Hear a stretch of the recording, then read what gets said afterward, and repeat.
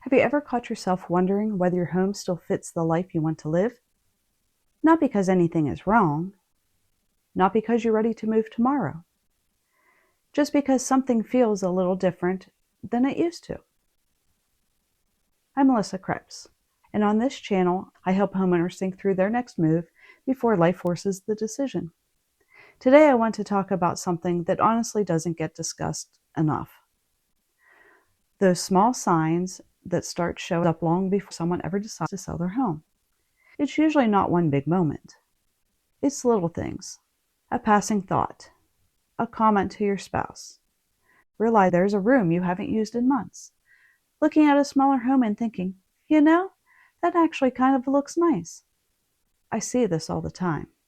And what I want you to know is that those thoughts are worth paying attention to, even if you're not planning to move anytime soon. So I'm going to walk you through some of the most common signs I see with homeowners who are starting to wonder if their home still really fits. And if a few of these sound like you, that's okay. That's actually a really good thing to know. The first one I see a lot. Your home just has more space than you're actually using now. When you bought your home, it probably made perfect sense. You needed that space. Maybe you had kids at home, or you were building something, or you just want room to spread out. But sometimes life changes and you look around and realize you're not really living in most of this house anymore. Rooms that don't get used, a yard that takes up your whole entire weekend. A home just has a lot going on and you're the one managing all of it. It doesn't mean something is wrong. It just might mean things have shifted.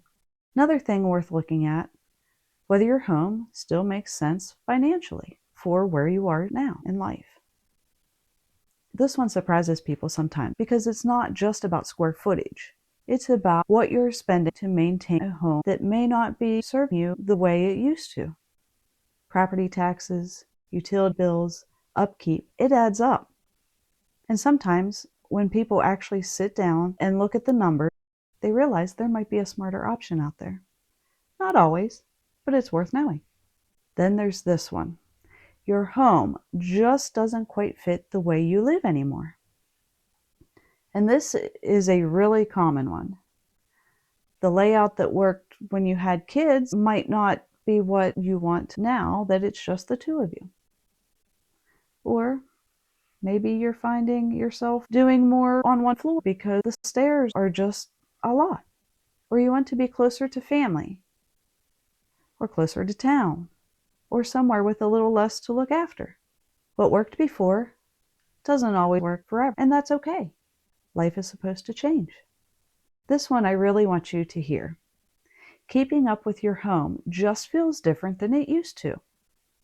And I don't mean that in a negative way, but there's a difference between choosing to do yard work because you love it and feeling like you have to every single weekend just to keep up. If the maintenance has started to feel like more than it's worth, that's something to pay attention to. Your home should feel like a place you enjoy, not a second job. Here's one I think is actually a real gift. You have time right now to think. This is one of the best possible moments to start exploring your options. When you're not under pressure. When there's no deadline, no urgency, nobody pushing you anywhere. Because here's what I see happen. When people wait, life speeds up. Circumstances change, and suddenly you're making a really big decision in a really short amount of time. And that's stressful for everybody. If you have the space right now to think this through calmly, use it. And then sometimes it's more about the future than the present. Maybe everything is actually fine today, but you find yourself wondering, will this home still work for me in 5 years, 10 years? As things change, that kind of forward thinking is really smart, and that is exactly what I help people do. And finally, sometimes it's just seeing what people around you are doing. A friend simplifies, a family member moves closer to their kids, someone you know downsizes, and they just seem lighter, more at ease. And it kind of gets you thinking, what do I want my next chapter to look like? That's a great question to sit with.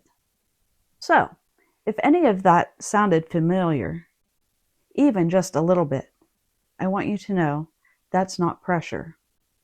That's just clarity starting to form, and that's a good thing.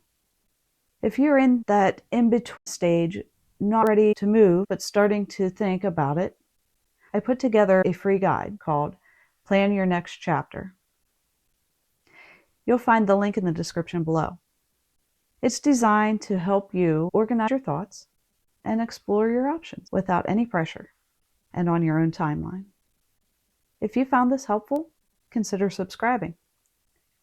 I share videos about planning ahead, right-sizing, downsizing, and making confident decisions about your next chapter.